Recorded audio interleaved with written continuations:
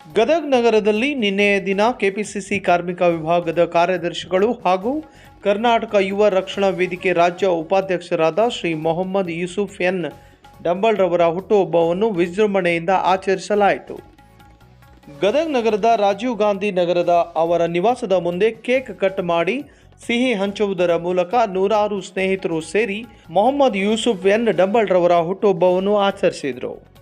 ಈ ಒಂದು ಕಾರ್ಯಕ್ರಮದಲ್ಲಿ ಗದಗ ಜಿಲ್ಲೆಯ ಯುವ ನಾಯಕರಾದ ಶ್ರೀ ಸಚಿನ್ ಡಿ ಪಾಟೀಲ್, ಜಿಲ್ಲಾ ಯುವ ಕಾಂಗ್ರೆಸ್ ಅಧ್ಯಕ್ಷರಾದ KH ಪಾಟೀಲ್, ಕರ್ನಾಟಕ ಯುವ ರಕ್ಷಣಾ ವೇದಿಕೆ ಜಿಲ್ಲಾ ಅಧ್ಯಕ್ಷರಾದ ದಾವೂದ್ ಲೋಧಿ ಹಾಗೂ ಜಿಲ್ಲಾ ಉಪಾಧ್ಯಕ್ಷರಾದ ಹನುಮಂತ ಕೊನಿಸಾಗರ್, ಯುವ ನಾಯಕರಾದ ರಾಜು ಶಿರಹಟ್ಟಿ, ಕ್ಷೇತ್ರ ಯುವ ಕಾಂಗ್ರೆಸ್ ಸಮಿತಿ ಉಪಾಧ್ಯಕ್ಷರಾದ ರಫೀಕ್ ಸಾಬ್ ಕನಕವಾಡ, ರಾಜು ವಾಲಿಕಾರ್, ಅಬ್ಬಾಸ್ ಹುಬ್ಬಳ್ಳಿ, ಜಾಫರ್ ಡಂಬಳ್, ಅಬ್ದುಲ್ ರಹೀಂ, ಶಾರುಖ್, ಮುಸ್ತಾಕ್, ರಾಜು ಹಾಗೂ ರಾಜೀವ್ ಗಾಂಧಿ ನಗರದ ಎಲ್ಲ ಗುರು ಹಿರಿಯರು, ಯುವಕ ಮಿತ್ರರು ಭಾಗವಹಿಸಿ ಹುಟ್ಟುಹಬ್ಬವನ್ನು ಆಚರಿಸಿದರು.